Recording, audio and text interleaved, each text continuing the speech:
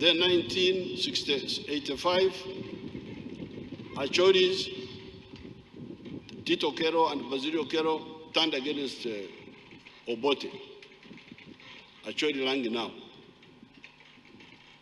When the NRM took over in 1986, we found a character called Ojuku. He was massacring people in Lango.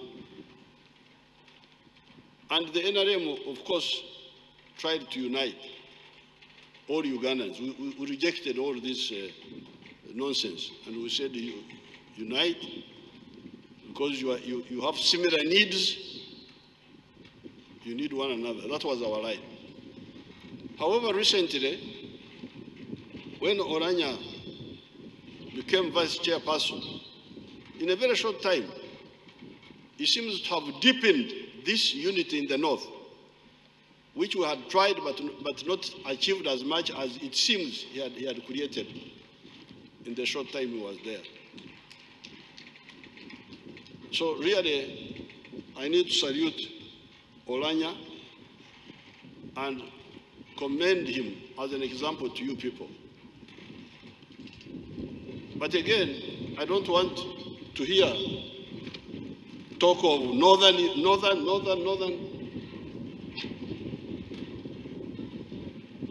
Stop that. Oulanyah was not Speaker of the North, he was Speaker of Uganda.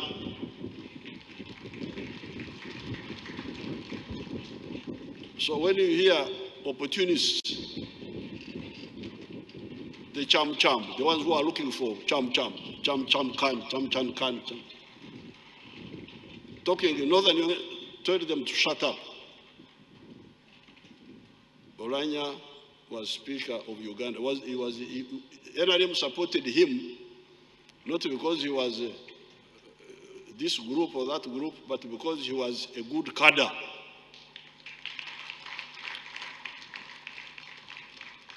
That's why we supported him. He would never have won if the NRM had not supported him.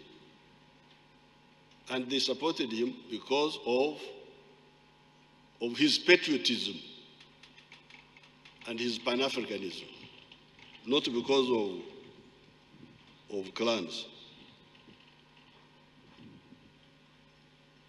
Now, on the issue of death, I would like to say a number of things.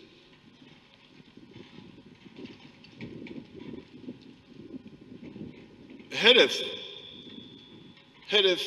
is a weapon. Is a weapon.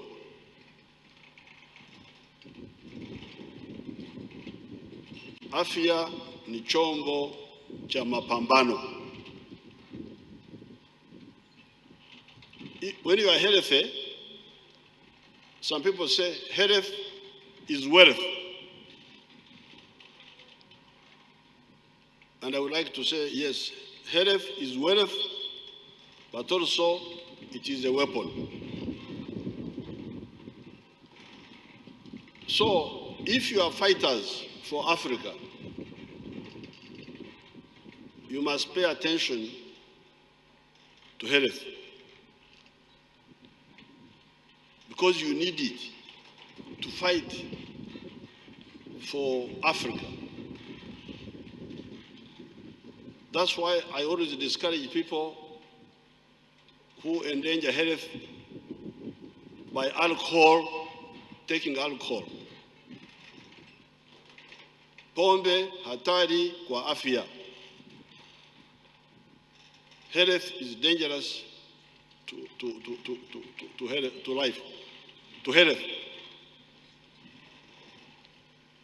No, alcohol is dangerous to health.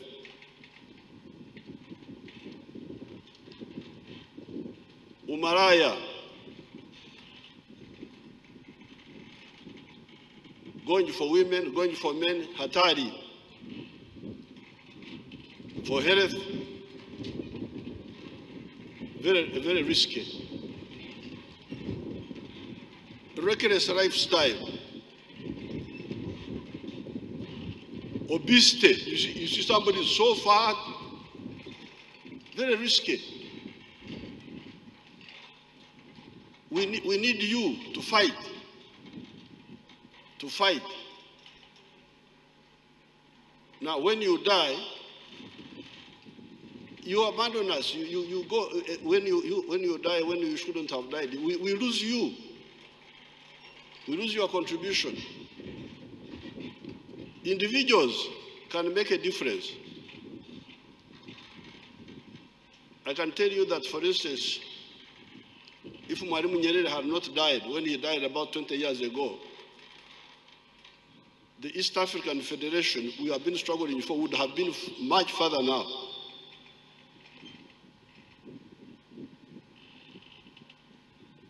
When I went to see Mwalimu when he was about to retire, 1985, when he gave me some gadgets to solve some problem here, I said, Mwalimu, you are retiring. We are about to come into government in Kampala. Why don't you hold on a bit and we come and we fulfill our dream of federation? He told me in Swahili, usijali, wenzako wako hapa, utafanya nao. Meaning that I shouldn't worry, although he was retiring, wenzangu, my colleagues are there, I will work with them.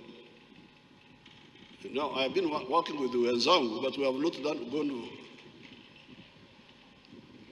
we have not gone as much as Mwalimu would have. So individuals make a difference. So therefore, fighters, comrades, your health is very crucial. Don't risk it. Now, like in this case, Oulanyah was a very disciplined person, but I came to know about the problem for the first time when he went to Dubai. Because when he went to Dubai, he went with Dr. Kingi. Is he called Kingi?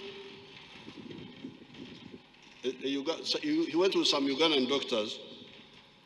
And then when you go there, then I checked, I got to know the issues.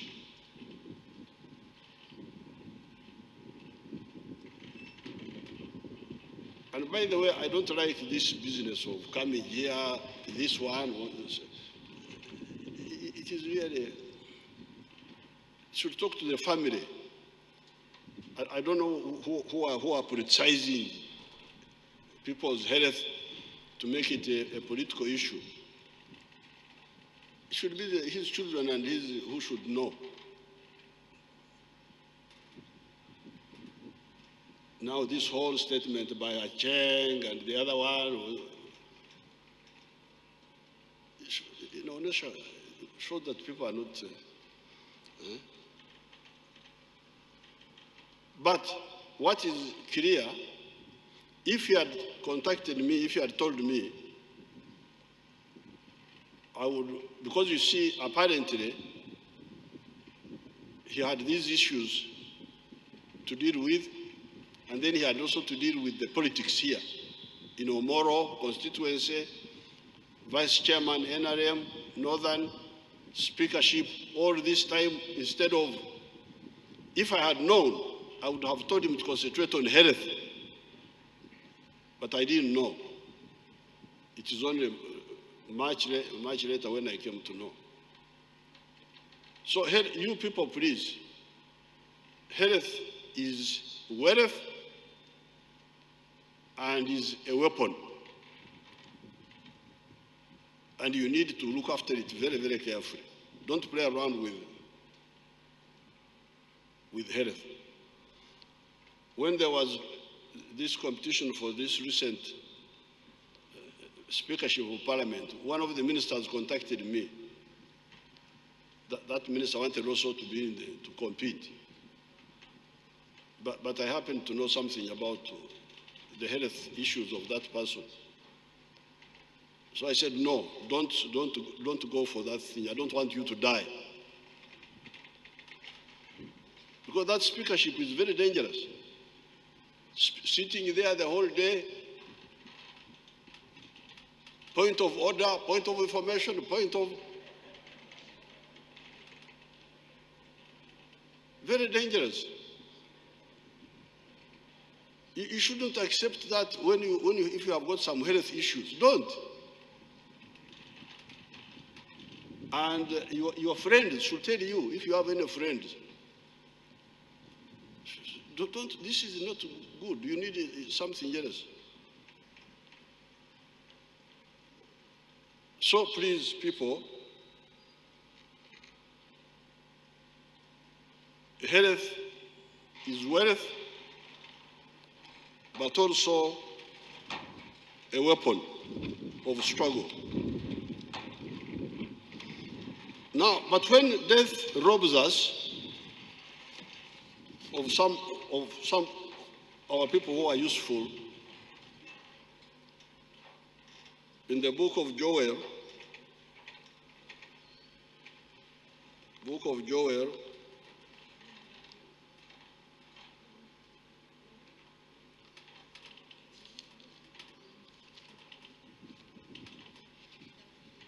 of Joel, chapter 2, verse 13. I've taken time, it's taking time to, but it says, rend ye your hearts, not just your clothes. The Jews had the habit of tearing clothes when somebody died. Joel said, no, don't just have external, have the internal, the internal sorrow and compassion for the person who was died. And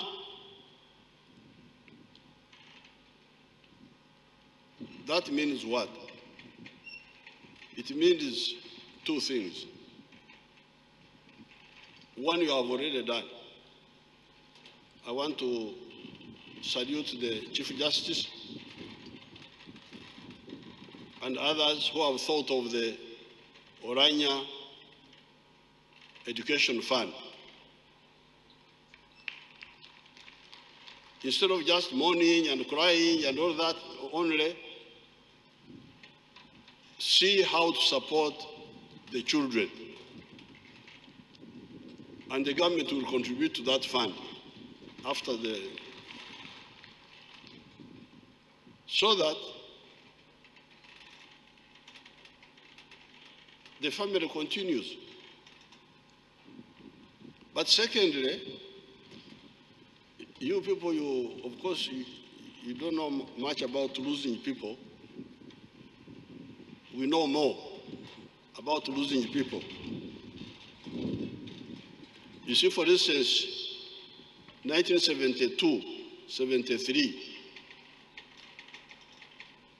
when we were fighting Idi Amin, we lost so many of our fighters and cadres. In those months, from September up to end of January, 72, 73. We lost Martin Mwesiga, a lawyer from Dar es Salaam, Mwesiga Black, Bachelor of Commerce from Nairobi, Vale Waheru, mechanical engineer from Nairobi, James Vilhanze, Bachelor of Literature, I don't remember from where.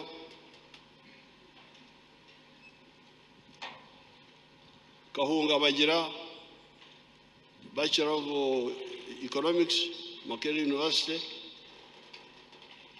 Engineer Kasada.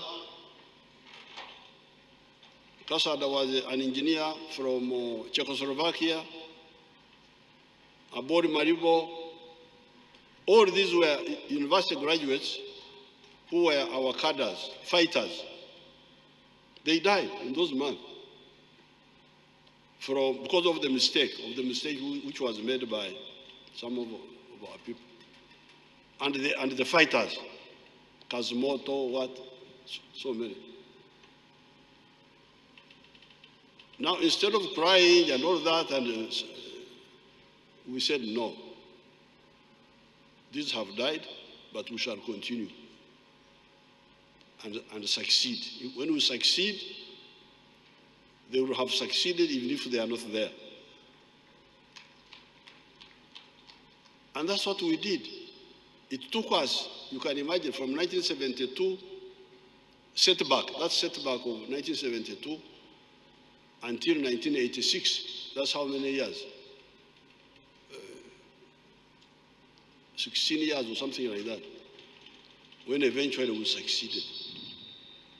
So they did not die in vain. So therefore, if you have seen that Oulanyah had become a good cadre,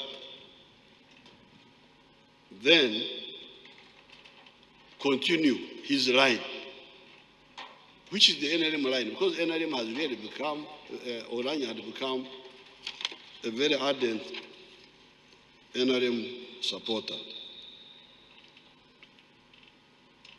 Now, about I would like to salute His Grace the Archbishop Kazimba when he talked about the corrupt people who grab land, steal land, and when they die, Kazimba, who is a tall man, he remains only with 6.2 inches. I think you should adjust, because you need where the coffin will reach, and let's give him 7 feet, so that the coffin can fit properly. Me, who is 5.8, you can give me 6.5. That will be my permanent land.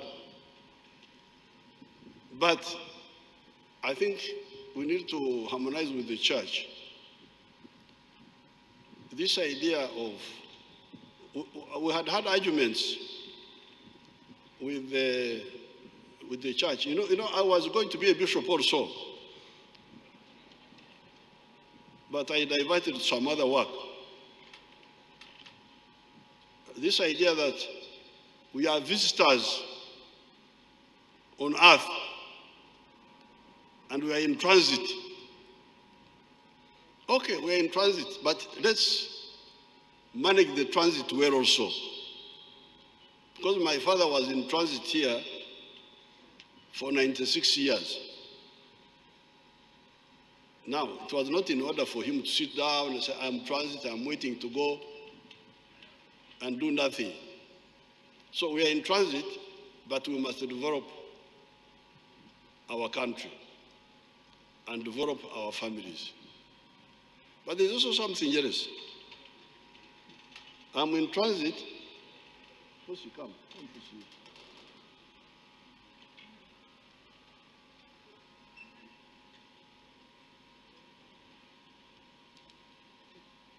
I am in transit, but I already have an eternal branch here. This one is continuing. This person is 50% Museveni, this one here.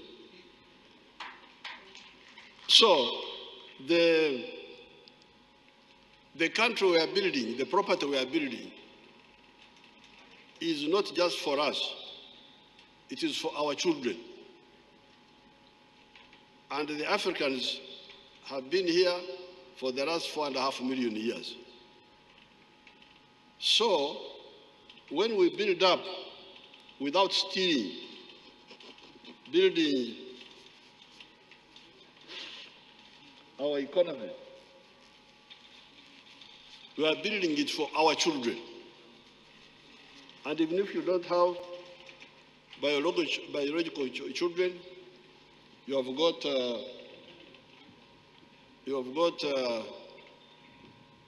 social children, or the children of your relatives. So therefore, eternity, I'm glad Chief Justice commented on it. Eternity, according to we the Africans, is children. With children, you are continuing. And that's why the Wanyankore say, when you die without children, that's why they say, akatweka. His line was disconnected. But otherwise, with the children, you have not died. You have continued. Now, when the Christians came and the Muslims, they brought us the other concept, the other idea, which was there a little bit. It was there, but not very clear, of eternal life after death, which is all right. I'm looking forward also to that one. But in the meantime, I am already eternal here. My girl there she's already eternalized. She has also already. So we work so that our children don't live in a backward Uganda again. It lives in a modern Uganda, a modern Africa. We are not working just for ourselves, but for our children. Now, this business of God calling us, God has called him. God has called him. But why does God like to call Africans only? He has called Oulanyah at 56 years. He calls Japanese. The average life expectancy, Oulanyah has not reached the average life expectancy now, because now the average life expectancy in Uganda is now 63. It used to be 43. It has come up a bit. So Oulanyah has not even reached the average life expectancy. But the average life expectancy in Japan is 79. Why doesn't God like to call Japanese? And he's always calling Africans, you come, you come, you come, you come. I don't think it is God calling these people. We must look at the causes of death in Africa. It's not God, it is something else.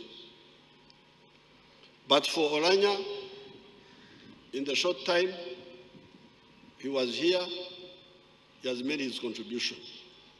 And I'm glad those children are old. I spoke to Acheng. She was in that place, that strange place where she was.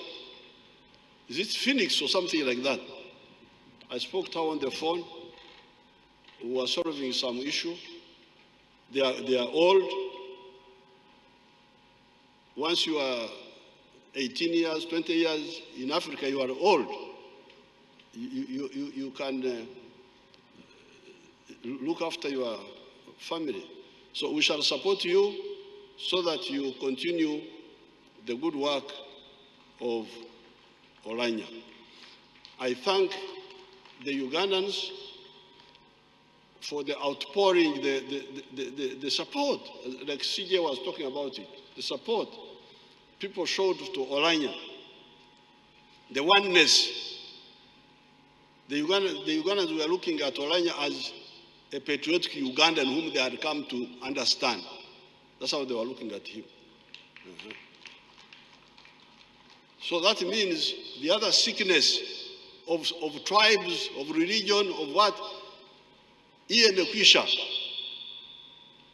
Ugandans are looking for value in people, not just manipulating identity.